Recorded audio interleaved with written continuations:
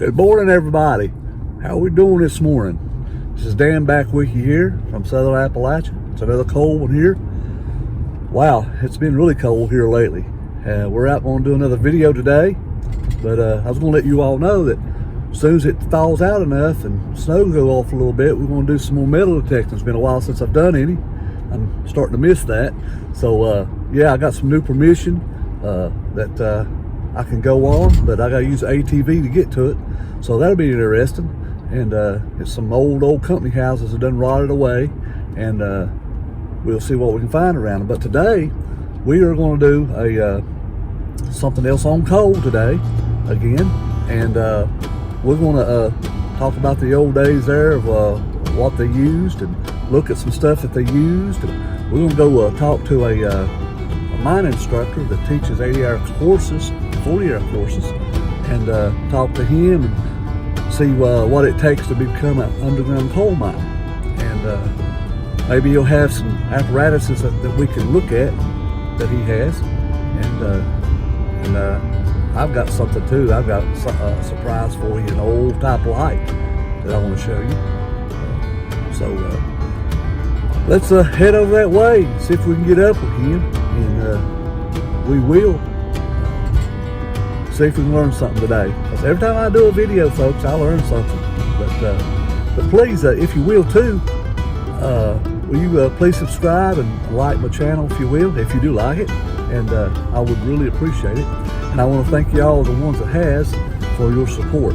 So we thank you very much. So let's head on over that way and talk to this guy. I was going to mention here that, folks, right here in front of me, right here, this is what keeps everything rolling around here in Appalachia, is these coal truck drivers. You know, they don't get enough credit. We're out here long hours hauling this coal from place to place, and it's a rough job. I done a little bit of it too in a short time. But, yeah. If they ain't running that out here on a rail, they're running it out here in a coal truck, 18-wheelers and tandems and stuff. So yeah, this is a tough job right here for sure. So I just wanted to mention that a little bit right there. Okay, folks, we got Jerry Farmer here. He is a buddy of mine that's a coal miner / instructor for the state of West Virginia for 80-hour and 40-hour training. And I just wanted to sit down and talk with him a little bit here and tell us what a new coal miner has to go through to be able to go underground. Can you tell us a little bit about the 80-hour course? Yes. All right. The 80-hour course involves 80 hours of classroom time. There's an outline. This is part of what you will see, but there's PowerPoints and a presentation that you go through, and it details all the things that they would need to know before they have a general knowledge of stuff that they'll need to know before they start their career in underground mines. So it's just a basic thing. I went through it. Everybody goes underground has to go through that. Yeah, correctly? go through that. Yeah. So you teach 40-hour too. What is 40-hour? What's 40-hour? 40 hours for the surface mines. You have an 80-hour class for the underground mines, and then a 40-hour surface for. And then there's a 60-hour class if you wanted to become an EMT for the mines. It's not good for anything else but the mining industry. It's technically outside of the mining industry. It's an equivalent to what they call a first responder card. A lot of cops, the police, and the fire departments have people that have that same certification. Right. Well, the new guys that go underground, they're red hats, right? Yes. And how long is that for? They have to work 6 months and have 108 shifts in that 6 months. If they don't have 108 shifts, they might have to work longer than 6 months before they can test. And then once they take that test, they become a certified coal miner. And then you have an annual retraining that you take annually to keep you certification up to date. Okay, how about surface? Do they have red hats too, or how's that work? Yeah, they have the same requirements, 6 months and 108 shifts. So what does red hat mean? Red hat really identifies that they're an apprentice miner, and it lets you know to where the people in the coal industry can keep an eye on them. Right. Okay. They got to be an eye. They have to be within sight and sound of you at any given time. Now, I don't know how that really applies to the surface. I don't have a whole lot of surface experience. Right. I mean, but I know the rock trucks, they have buddy seats. I mean, there's not no buddy seat in a dozer. I don't know nobody that's willing to hang on the side of the walkway and let you learn how to run a dozer. I mean, So Jerry, how many years did you work? Were you still working at coal mine? How many years you working with? 20 years. I went in 05. 05. Wow. So what did you do, and what do you do now? What did you do back then? And I've done a little bit of everything. I started out actually working in a slope, drilling and shooting dynamite like an old conventional mining section. I learned quick how to lay the face out. The boss really didn't even come down there and fool with us. I would lay the face out. We would drill, shoot, or we couldn't shoot dynamite with the agreement that they made over in Cucumber with the people that lived across the street, that we would not shoot past 5:30 in the evening. okay. So once our shift started at 6, they would have a shot on the ground. We would go in, level it out, drill the top of the face, bolt the top, drill the, muck it out, drill the bottom of the face. Once that face was ready to load, first thing in the morning, we were really, technically we could leave. We were supposed to work a 10-hour shift, but. What do you do now? What are you? I'm actually a dispatcher. I have an outside office job now. That ain't bad, is it? No, not bad at all. But I've roof bolted through the years. I've ran a scoop. I can run a miner, but never really wanted to be a miner operator. Yeah, I never worked in by. I was always out by myself. I'm a certified electrician. I have, I don't know, several certifications for different courses I can teach. The EMT, continuing ed for underground mine foreman. Wow. So it's always a continuing thing for education, even with coal miner. You know that a lot of people think because you're a coal miner, you're a dumb old hillbilly, but that's not the case. The industry's changed a whole lot in the 20 years I've been in it. Right. Some regulations have tightened up. They're tightening it up even further. They passed a new dust law that's, well, will remain to be seen how it's going to affect the industry. The one that they put into effect with the CPDMs that monitor the amount of dust people's exposed to, and you have to have 15 on the underground side. You have to have 15 consecutive valid samples from each piece of machinery. Do you have some stuff for us to look at? I do. All right. Okay, he's got some things for you folks to take a look at. That is called what right there? This is called an anemometer. This is what they use underground to find out how much air is traveling through a particular section of the mines. And the person that's certified to use it will hold this and kind of hold it and move it.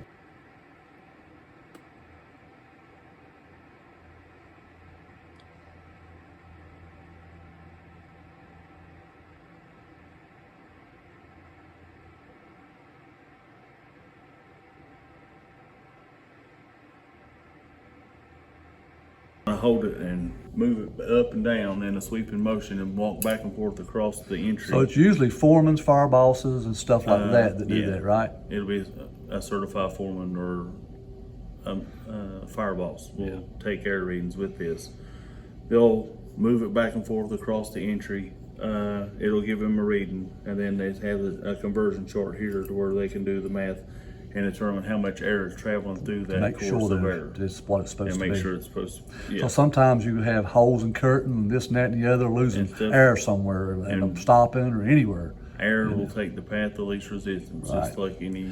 What did they use back in the old days? Do you know anything about that? Canaries in a bird cage. That's what I was going to mention. For oxygen, low oxygen deficiency and all that because that was the first thing that would die. It would die long before we would, was a bird, right? Yeah. And they used candles back in the day, you know, as for light. And that flame safety lamp. Yeah, he was talking about that. I wish you'd had that, but I'll show him a picture of one of those. But okay, we got two types of rescuers here. You tell me what this is. We wore them all the time. This is the one most people wear. They actually have another model that's a little smaller than this, that's made by the same company that makes this one. But it's only good for 10 minutes. Now, them's the ones they put in the safe boxes, right? Yeah. Because I know we've had to change them out before. A lot of people don't carry these. These are not carried only because of the big bulky size. Right, they're on rides and then in boxes. But they do store these on any ride that trammed in and out of the mines. Right. And then they have storage units where there's one of these for every man.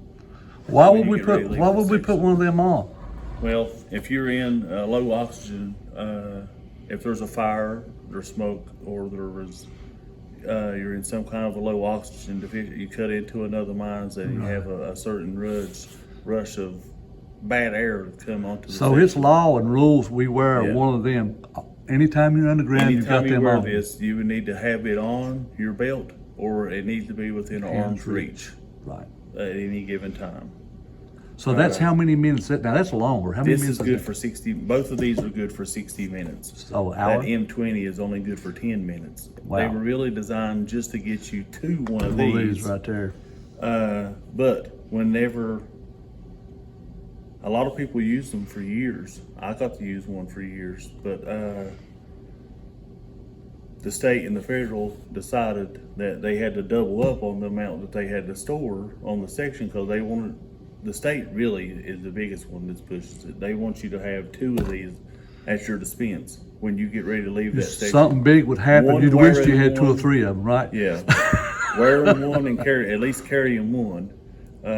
Because depending on the mining height, depending on the conditions that you're going to encounter between where you're at and the outside, right, it may take you more than an hour. Right. I mean, and this is rated for an hour at a normal workload. Not puffing. So if you're running or walking fastly to try to get outside, your workload might decrease, and this might be very uncomfortable to breathe through. Yeah. But it will keep you alive. Right. Something else. Now we don't never use them hard. If you ever use that right there, you're in big trouble. Yes. So we have to practice now. Now, how often do they practice it? I know when I worked up at the mines, we practiced regularly. You're supposed to practice these. Well, you're supposed to have some kind of form of training on them every 90 days. Okay. And then you have to, they do some kind of expectation training once a year. There's a hose that you breathe through in this, and they have that same mouthpiece, and they'll have a little canister that connects to it that will heat up and simulate what it's like breathing through this deeper into that 60-minute mark. Well, let me ask you this. How long have you been teaching classes here now? I've been teaching classes for close to 2 years now, and I don't know, I really like it. I enjoy it. What's your pass rate? I have 100% pass rate. That ain't bad, Jerry. That's good, buddy. It's been a blessing. I mean, that's great. I really like, I had a chief electrician tell me this, and it's kind of stuck with me. I'd rather be known for what I leave behind in the coal industry than for what I done. Yeah. Yeah. Your trainees, they're going to remember you. All the people you got their start in the coal industry. Right. And how well of employees they are and become, that's going to be a reflection of you as well. So, folks, y'all got an idea now what it takes for a new apprentice miner to start in the coal mines. You just don't go get you an application and start to work. You have to go through a course. And it takes some work to even get on as a red hat. Right. The EMT thing that I can teach as well, so a lot of that does help. There's a requirement, and it's based on the number of employees on any given shift, but they have to have so many it's good EMTs. for these classes because back in the early days, they didn't have classes. You didn't take no class to go underground. Back in the early days, while your daddy worked there, that's where you went. So back in the 20s and 30s, 40s and stuff.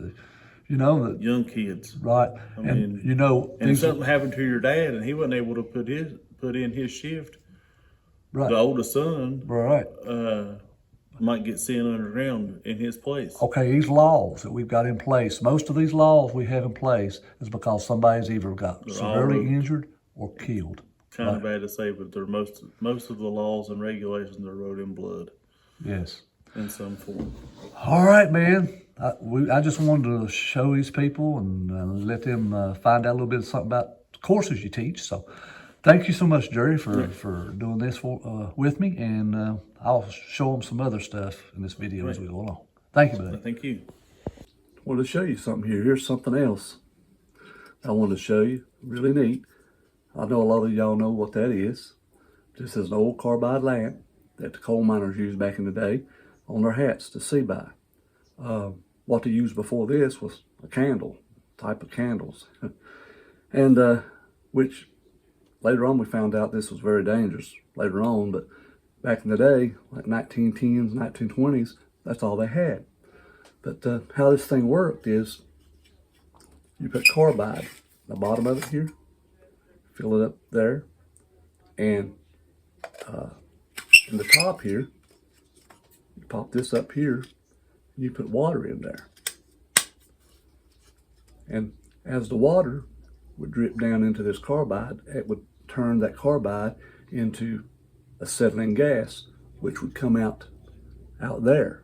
And you can adjust how much water by this little switch here on top that goes down there to give you the amount of how much of flame that you'll have, how much water will come down and put more gas into this little orifice right there. And when it did that, when you went to light it, just cup your hand over right there and it built up a little gas right there. And then you go to get that striker right here, the striker right there, and would light this, and then you'd have a light. It's worked real good, but the only thing was it was dangerous too of explosive.